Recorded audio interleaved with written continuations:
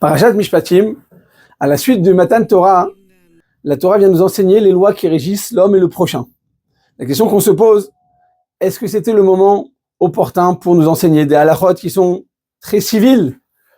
Alors, la Torah nous enseigne qu'en réalité, Rabotai, la Torah ne nous demande pas d'être des anges. Après avoir reçu la Torah, on aurait pu croire qu'il faut seulement mettre en valeur le côté mystique de la Torah Akdosha. C'est une erreur. La Torah est une Torah de vie. C'est une Torah qui a été donnée des êtres humains et elle va régir des comportements et des opinions qui vont tout simplement nous permettre de vivre en symbiose l'un avec l'autre. C'est ça le but de la Torah. Kadosh Baruch Hu a créé une Torah pour faire un diurin batartonim. Kadosh Baruch Hu, le plus grand kiddush Hashem qu'il peut avoir, Moray Varbotai, c'est quoi? D'instaurer à Kadosh Baruch Hu parmi nous, de l'installer, de l'instaurer, de l'inviter. Comment on fait ça?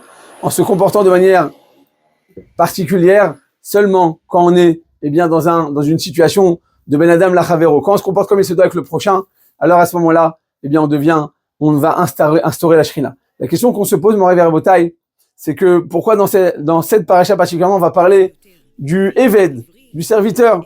Un serviteur qui dit, j'ai envie de rester chez mon propriétaire, je suis bien ici, j'ai pas envie d'être libre. À l'époque, quand il y avait un voleur, il n'avait pas de quoi payer ce qu'il avait volé, alors on le prenait, on lui donnait un salaire mensuel jusqu'à qu'il puisse s'acquitter de sa dette. Mais qu'est-ce qui se passe quand le moment est venu de libérer ce Eved parce qu'il a fini de payer sa dette et qu'il dit, non, j'ai pas envie de tâcher, je me sens bien ici, c'est une belle maison, les gens sont gentils, je mange bien, je dors bien. La Torah nous dit, tu prendras ce Eved et tu lui feras un trou dans l'oreille.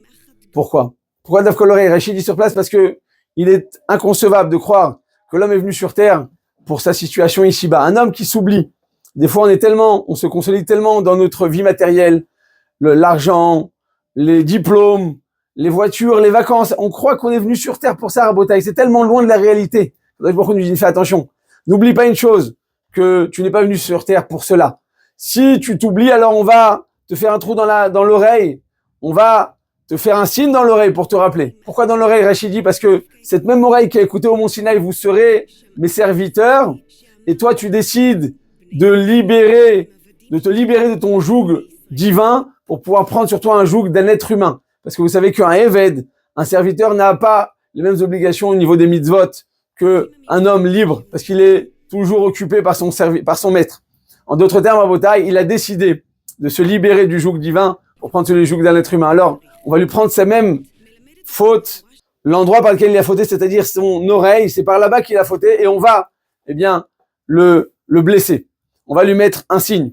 En fait, Rabotai, il faut savoir qu'un être humain, tout dépend de sa capacité d'écouter.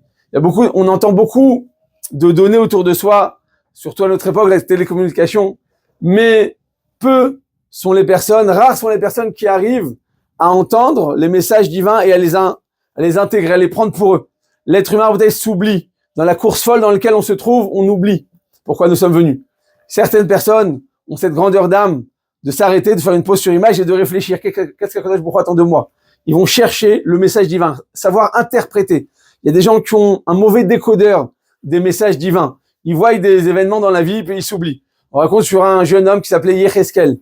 Il venait d'une famille pauvre et il a dû commencer à travailler. Il livrait des fleurs, c'était son travail. Donc ce jeune Yecheskel était à Varsovie, en Pologne, et il commençait donc à travailler, il n'avait pas le choix, et quand il travaille, et voilà que un vendredi, avant le Shabbat, il va au mikvé, avec tout l'argent qu'il a gagné la semaine, et en sortant du mikvé, il voit que quelqu'un lui a volé tout son portefeuille. Il s'est dit tout de suite, qu'est-ce que je fais? Qu'est-ce que je veux attendre de moi?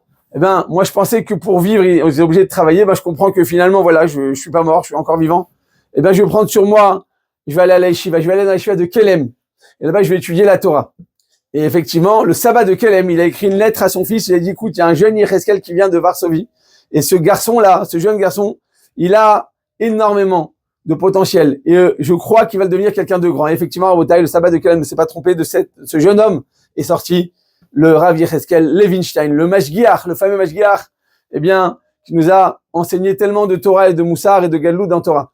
Grâce à il a réussi à interpréter. Il s'est pas dit, la prochaine fois je viendrai, je garderai mon portefeuille dans ma poche, je ferai attention, je le laisserai dans la voiture, j'amène plus de l'argent au mikvé, comme la plupart des gens, ils essayent de trouver des relations de cause à effet, ils essayent de prendre des conclusions qui sont un peu erronées de la vie.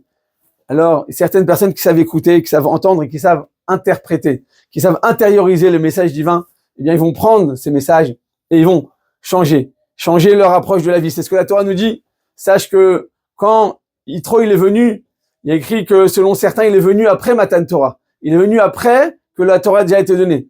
Donc, Yitro, c'est pas un problème parce qu'il s'est converti, mais Yitro, il était accompagné de 2 enfants. C'était qui? Elazar et Gershom. C'est les 2 enfants de Moshe Rabbeinu. C'est-à-dire que selon cet avis Rabotai, les 2 enfants de Moshe Rabbeinu n'ont pas assisté au Matan Torah. Comment c'est possible? Ce sont les fils de Moshe Rabbeinu, ils n'ont pas reçu la Torah. Alors, Chazal nous dit en réalité Rabotai, eh bien, il y a ici un enseignement particulier.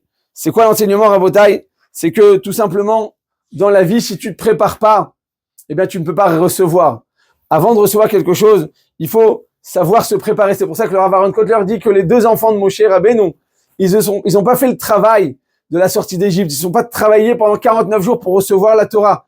Donc, s'ils n'ont pas travaillé sur eux, le don de la Torah ne va pas avoir d'impact. C'est seulement quand tu te travailles, quand tu te prépares, quand tu désires que la Torah te pénètre, alors qu'effectivement, eh bien, la Torah va pouvoir t'intégrer, va pouvoir rentrer dans tes entrailles et va pouvoir sortir le meilleur de toi. Mais quand tu viens et que tu es projeté directement sur la scène sans préparation préalable, alors cette Torah n'a pas d'impact.